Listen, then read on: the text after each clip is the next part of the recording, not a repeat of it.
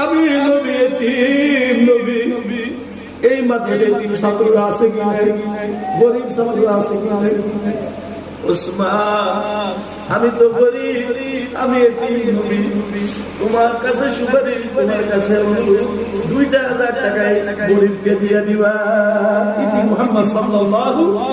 আলাইহি নবীজি চিঠি দিলেন ভিক্ষুক গেলেন যাই দেখলো হযরত ওমর রাদিয়াল্লাহু তাআলা বিশাল শস্যের একটা থুপ ওই শস্য থেকে পিঁপড়া শস্য নিয়ে গর্তের মধ্যে জমা করে হযরত ওমর রাদিয়াল্লাহু তাআলা ওই গর্ত থেকে শস্যগুলো নিয়ে এসে আমার চিপের মধ্যে ওই গরিব মানুষ এই কাজটা দেখিয়া টেনশনে পড়ে গেল কারণ যার বুদ্ধি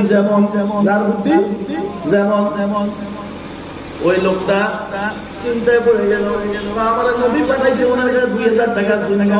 আর আয়েশা দেখতেছি উনি মনে হয় এত পিঁপড়ার মৃত্যু খাবার জমা করে পিঁপড়ার মৃত্যু খানা আনি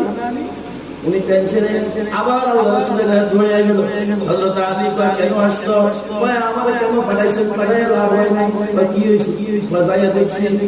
ওসমান নিজেই পিঁপড়ার মৃত্যু খানা আইনা জমা করে রাখে আবার ওই লোকটা আবার গেলেন যাই দেখলো হযরত ওসমান রাদিয়াল্লাহু তাআলা তুলার ওই দিছে কি তো দিছে তুলা জাল দিয়ে ঢাইকে রাখছে বাতাসের কারণে কিছু কিছু তুলা উড়ে যাচ্ছে হযরত ওসমান মানে ওই উড়ে যাওয়া তুলাগুলোকে আবার নিয়ে এসে এক জায়গায় করতেছে ওই গরিব মানুষ ভিক্ষুকটা দেইয়া তার নিজে তুলা জমা তুলারা উঠতে যায় তা আবার উঠতে কথা বুঝেন হযরত ওসমান মানে কেন ওই কাছে একবারে বুঝতে পারবেন ভিক্ষুক চলে আসলো আবার আল্লাহর নবীর কাছে এসে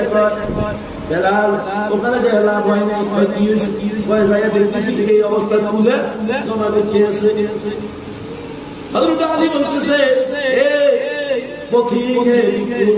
তুমি কি মনে করেছো আল্লাহ নবীর কথা কখনো মিথ্যা হতে পারে তোমাকে নবী যেহেতু বলেছে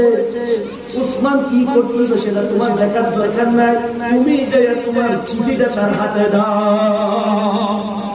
চিঠি যখন হযরত ওসমান গনির হাতে দিল ওসমান গনি চিঠি পাইলো পরে মুহাম্মদ সাল্লাল্লাহু আলাইহি ওয়াসাল্লামের নাম দেখিয়া চিবুকে